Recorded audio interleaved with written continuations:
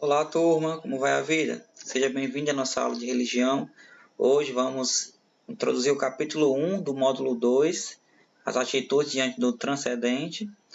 Vamos ver um pouco sobre conversão, meditação e contemplação, tá? Uma exploração sobre as páginas 50 a 56 e suas atividades são as páginas 54 e 57.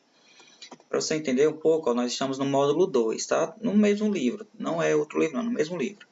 O módulo 2, o tema dele geral é o pluralismo religioso no mundo contemporâneo, e o capítulo 1, que é o que estamos começando hoje, é as atitudes diante do transcendente. Já ouviram falar nessa palavra, transcendente? Sim, não, transcendente, transcendente, sim, aqui existe mesmo, tá? É estranho, mas não é um erro não. Ele é um adjetivo que demonstra algo que não é comum, que está além dos limites convencionais ou que é considerado superior. O transcendente é o que está além do conhecimento concreto e que não se baseia somente em dados, conclusões metódicas. Então, alguns sinônimos de transcendente, ó: especial, extraordinário, nobre, superior, sublime, divino, sobrenatural, celestial. Em outras palavras, eu não sei porque nesse livro chama transcendente, porque deveria se chamado pode ser divino, pode ser Deus. Tá? Ele pouco fala sobre isso. Mas quando você vê aí as palavras, quando você fala em transcendente, vai falar em Deus. Mas eu entendo também do outro lado que ele não fala transcendente porque ele abrange todas as religiões, né? É um estudo de todas as religiões. Então, algumas religiões não tem essa concepção de Deus, de como uma pessoa, como algo divino, né? Mas algumas pessoas seguem a orientação de outros seres humanos, de outras, talvez de deuses, de deusas e tudo mais. Não é o nosso Deus, não conhece como nosso Deus. Afinal, não é nossa religião. Então, esse termo transcendente é o que, em resumo, é o que a pessoa acredita, é aquela força maior, aquela força espiritual do que a pessoa acredita. É o Deus daquela pessoa, tá? Já acho que já deu para entender, não é isso? A conversão como um novo caminho. Essa primeira parte vamos falar sobre conversão. As tradições religiosas costumam inspirar um profundo senso de solidariedade, despertando em seus seguidores atitudes que dão sentido à vida e provocam mudanças pessoais e sociais.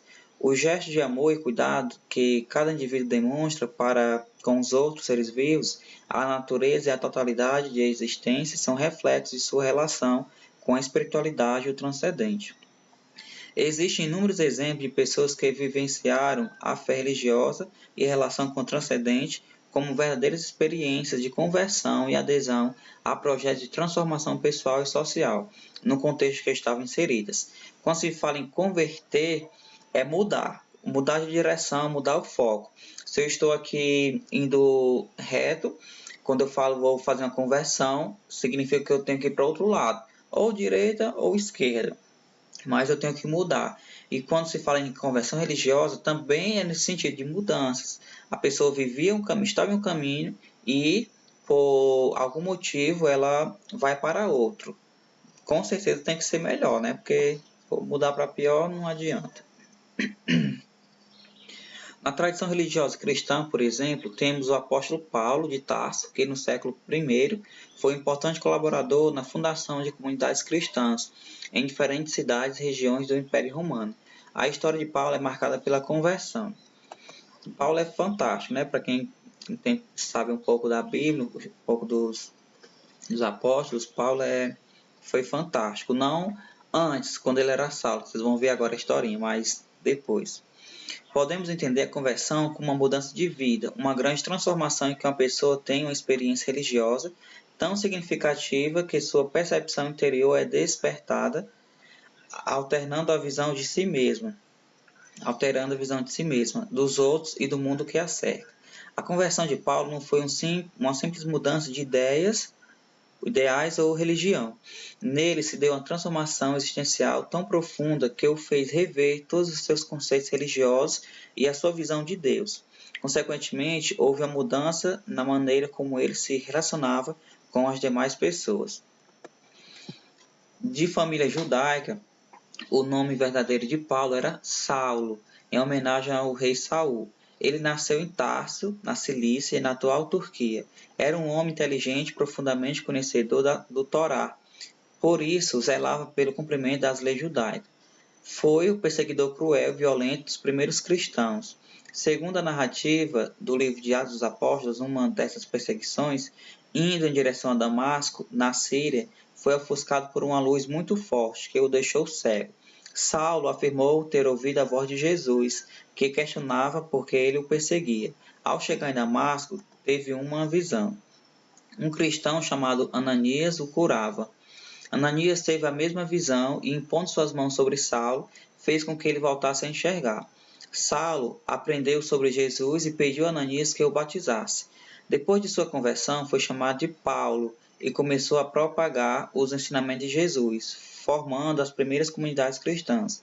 Sofreu perseguições, foi preso e, segundo a tradição, acabou sendo executado em Roma. A primeira grande mudança de Saulo foi interior, de coração, graças à compreensão e à vivência do amor como entrega, sacrifício, renúncia e serviço do outro. Depois vieram as mudanças de nome, de Saulo para Paulo, de missão, de perseguidor para evangelizador, de fé religiosa, de fiel defensor do Torá para anunciador da Boa Nova, ou seja, do Evangelho. E de ponto de vista da tradição dos passados tomara um novo sentido a partir de seu encontro com o ressuscitado. O legado de Paulo é a existência da fé cristã como uma adesão pessoal voluntária e comprometida com o projeto de Jesus, cujo pilar fundamental é o amor.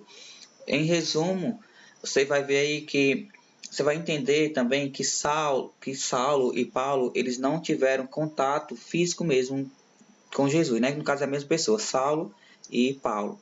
Ele, vou chamar de Paulo, tá? Não teve contato com Jesus. Isso foi no século I, né? Jesus já estava no céu de fato, tinha ressuscitado.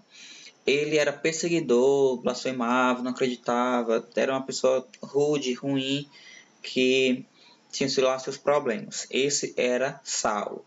Teve em um caminho, estava indo, né, para outra cidade, e teve uma visão e escutou a voz de Jesus perguntando por que eu perseguia. Aí teve toda a conversão, o arrependimento, quando Ananias falou sobre Jesus, e ele aprendeu e começou a profetizar, aliás, a evangelizar, e foi um dos maiores evangelizadores que se pode citar na Bíblia.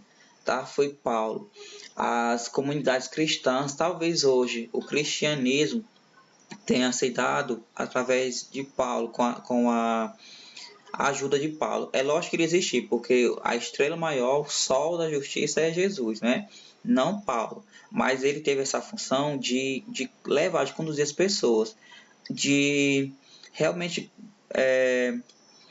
preservar a memória, o nome de Jesus, de evangelizar tudo que Jesus fazia e converteu muitas pessoas. Então Paulo foi importantíssimo, importantíssimo. Ou seja, teve uma conversão.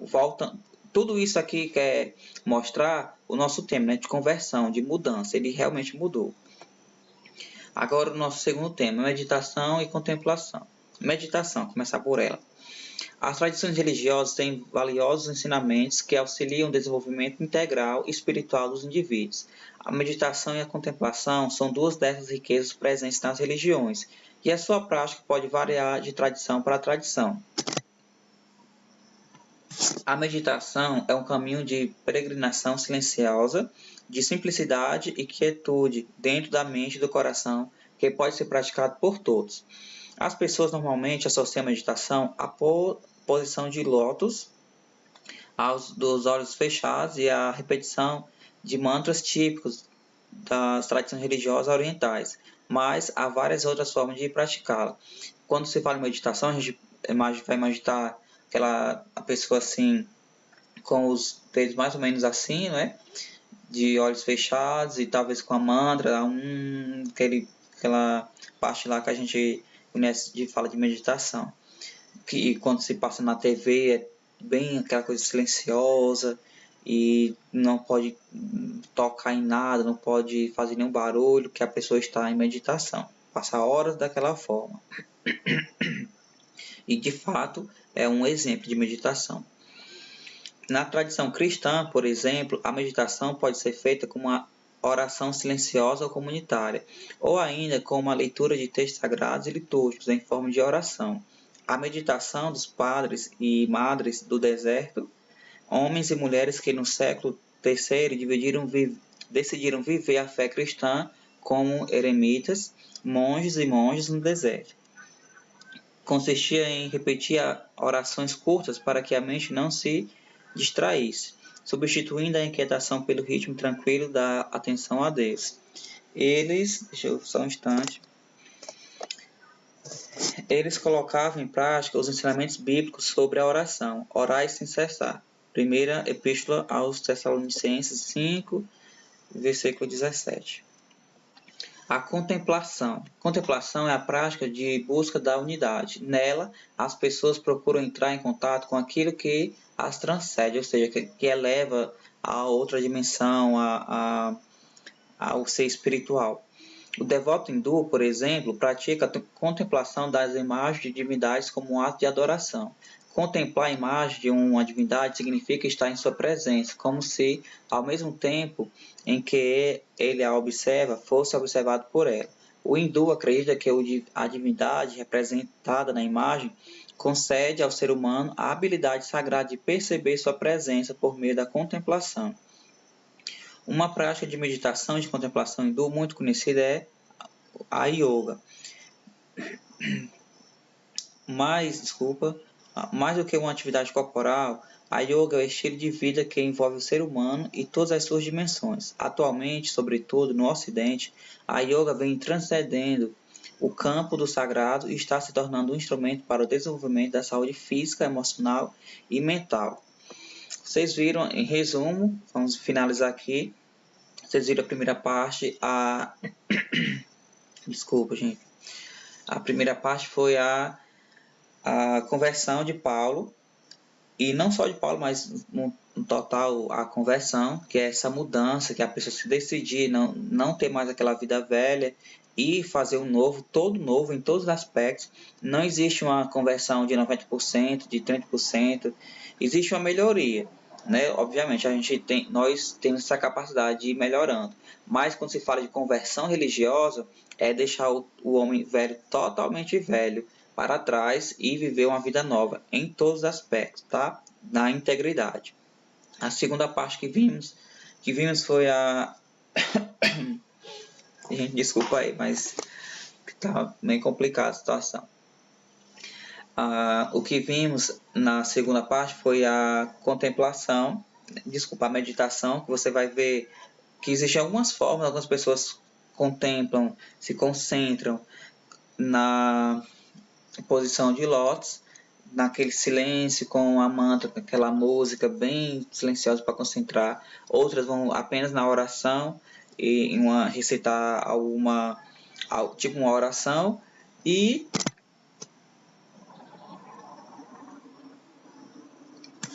por último, nós vimos a contemplação, que falou no sentido hindu, essa admiração, estar diante daquela imagem, daquele Deus, que a pessoa acredita, e que ao mesmo tempo que a pessoa observa aquela imagem, sente a presença daquele Deus, aquele Deus, né, que não é o nosso Deus, mas aquele Deus ou deuses também estão olhando para aquela pessoa, estão sentindo a sua presença. É meio que uma comunicação ali silenciosa, tá? Mas só de sentir mesmo a presença. Ok, meninos, é isso. Hoje vai ser um lindo, belo, abençoado dia. Tenha fé.